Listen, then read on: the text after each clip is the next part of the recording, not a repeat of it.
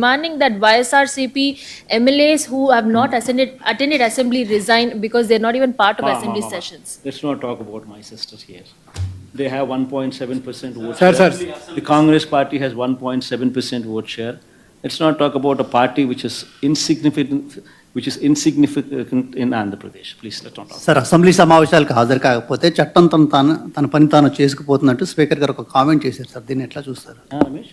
Assembly సమావేశాలకు హాజరు కాకపోతే చట్టం తన పని తాను చేసుకుపోతుందంటూ స్పీకర్ గారు కామెంట్ చేశారు. ఒకవేళ మీరు ఎట్లానే అసెంబ్లీ సమావేశాలకు హాజరు కాకపోతే డిస్క్వాలిఫై అయ్యే అవకాశం ఉందనేది కూడా జరుగుతున్నటువంటి చర్చ సార్.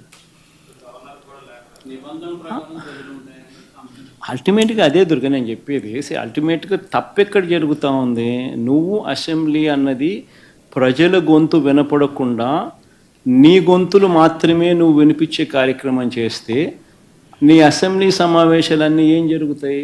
ఆత్మస్తుతి, పరనింద, ఇంతే జరిగేది. ఆత్మస్తుతి, పరనింద, నీ అబద్ధాలు, నీ మోసాలు, వీటి ప్రొపగేషన్. ఎవడు మాట్లాడేది ఉండదు, ఎవడు అడిగేది ఉండదు, ఎవడు చెప్పేది ఉండదు. అంతా నువ్వే బౌలరు, నువ్వే బ్యాట్స్మెన్, నువ్వే వికెట్ కీపరు, నువ్వే ప్లేయరు, నువ్వే కీపరు, నువ్వే ఫీల్డరు. సమస్య ఏముంది? ఇంక అన్నీ నువ్వే.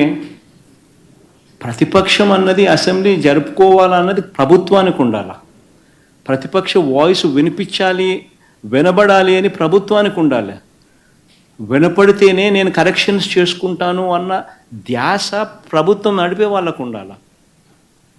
ఎప్పుడైనా కూడా ప్రభుత్వం నడిపే వాళ్ళు they should be open to correction. If they are not open to correction then you would never learn the mistakes. విననప్పుడు, కనపడనప్పుడు, వినకూడదు అని అనుకున్నప్పుడు నువ్వు తప్పులు చేస్తూనే పోతావు. That is what you doing.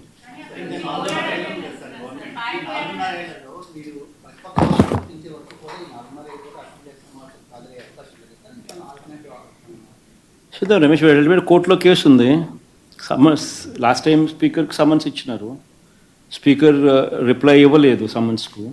మళ్ళా కోర్టు నిన్న మళ్ళీ సమన్స్ ఇచ్చింది స్పీకర్కు రిప్లై చేయమని చెప్పి సెక్రటరీకి. సో రిప్లై ఈక తప్పదు. రిప్లై ఇచ్చిన తర్వాత అది నిలబడదు. ఎందుకంటే ఉండేది మేము తప్ప ఇంకెవడం లేం ప్రతిపక్షంగా. వేరే ఇంకొక పార్టీ ఎవడన్నా ఉంటే నువ్వు కనీసం వాళ్ళకి ఇస్తున్నాను, ఈయనకు బదులు అని చెప్పేదానికి ఇంకొక పార్టీ లేదు అక్కడ. సో ఆటోమేటిక్లీ నీకు ప్రతిపక్ష పార్టీగా గుర్తించాల్సిందే. అది తప్పదు. అది గుర్తించిన తర్వాత న్యాచురలీ ఆ పార్టీకి ఎంతమంది అన్నా ఎమ్మెల్యేలు ఉండని, ఆ గుర్తించిన ఆ పార్టీకి ఒక నాయకుడు అనేవాడు ఉంటాడు. ఆటోమేటిక్లీ ఆ ప్రతిపక్ష పార్టీ ఆటోమేటిక్లీ ఆ నాయకుడిని ఉన్నైతే ఎన్నుకుంటాడో ఆయన ప్రతిపక్ష నాయకుడిగా ఇవ్వాల్సిందే. ఇచ్చినప్పుడు ప్రతిపక్ష నాయకుడిగా నువ్వు ఎప్పుడైతే హోదా ఈక తప్పదు, అలా ఇచ్చినప్పుడు ఆటోమేటిక్లీ మైక్ ఇవ్వాల్సిందే. అధికార పక్షానికి సంబంధించిన ముఖ్యమంత్రికి ఏ లెవెల్లో సమయం వస్తారో మైక్ ఇవ్వడానికి, నెక్స్ట్ సమయం ఇవ్వాల్సింది ప్రతిపక్ష నాయకుడికే. అప్పుడే ఇవన్నీ వినిపించగలుగుతాం. ఇప్పుడు నేను 1:40 సేపు నేను మాట్లాడగలిగాను. ఈ 1:40 సేపు నాకు ఇవ్వకుండా 10 నిమిషాల్లోనే నీ స్పీచ్ నువ్వు ముగించాలి. 175 మందిలో నువ్వు కూడా ఒకడివే. నీకు 174 మందికి సమయం ఇచ్చేది ఏ మాదిరిగా ఇస్తున్నానో నీకు కూడా అంతే సమయం ఇస్తాను అని నీకు కూడా చెప్పి 10 నిమిషాలు నువ్వు ముగించాలని అంటే నువ్వేం చెప్పగలుగుతావు? ఏ రకంగా ఈ సమస్యలన్నీ నువ్వు చూపించగలుగుతావు? ఏ రకంగా నువ్వు ప్రభుత్వాన్ని నిలదీయగలుగుతావు? ఏమీ చేయలేము. అప్పుడు అసెంబ్లీకి నువ్వు పోవడం వల్ల లాభం ఏంది? అసెంబ్లీకి మనం పోయేసరికి ప్రజల తరపున మనం మాట్లాడడానికి పోతున్నాము అన్న ధ్యాస ప్రభుత్వానికి ఉండాలి. ప్రతిపక్ష నాయకుడు మాట్లాడితేనే కదా ఈ విషయాలన్నీ నాకు ప్రభుత్వం దృష్టికి వస్తాయి, అప్పుడే కదా కరెక్షన్ చేసుకోగలుగుతాము అని ధ్యాస ప్రభుత్వానికి ఉండాలి.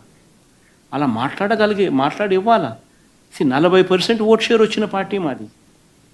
నీకు నచ్చినా నచ్చకపోయినా 40% ఓట్లు వేసి ప్రజలు మాకు ప్రతిపక్ష హోదా ఇచ్చినారు.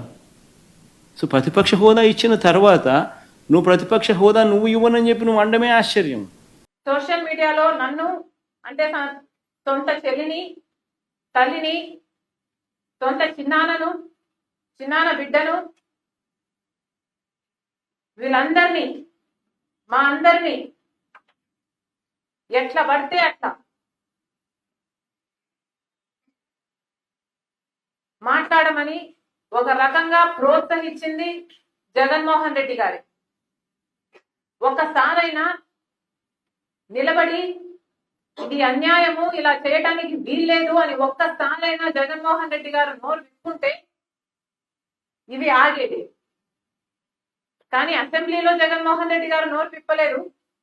సోషల్ మీడియాలో ఇంత నీచంగా వ్యవహరిస్తున్న వాళ్ళ మీద కూడా జగన్మోహన్ రెడ్డి గారు నోరు విప్పలేదు. సోషల్ మీడియాలో మా గురించి ఎన్నో అబద్ధాలు చెప్పారు, అక్రమ సంబంధాలను అంటగట్టారు, నీచంగా అవమానించారు,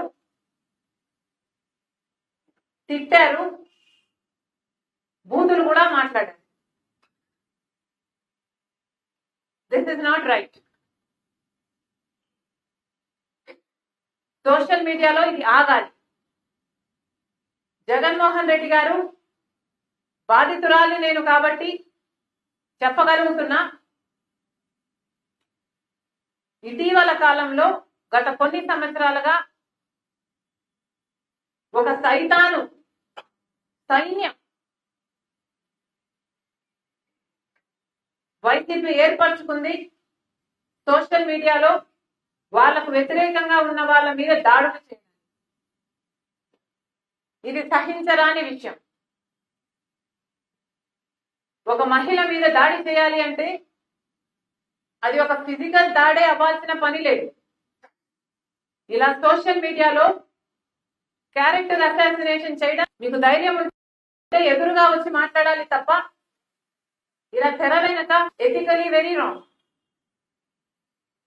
అసలు ఎవరైనా ఈరోజు మహిళలు రాజకీయాలలో ఉండాలి అంటే భయపడే పరిస్థితి కల్పిస్తున్నారు. కుటుంబాలలో కమెంట్లు చదవకండి అని మేమే చెప్పాల్సిన పరిస్థితి వస్తుంది.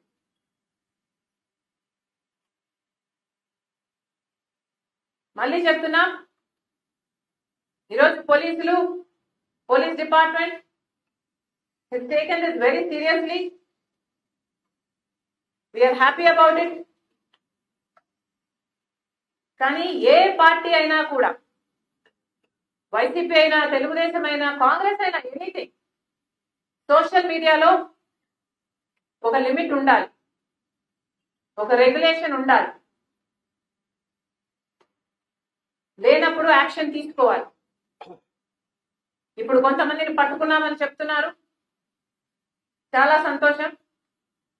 వీళ్ళంతా విషనాకులే,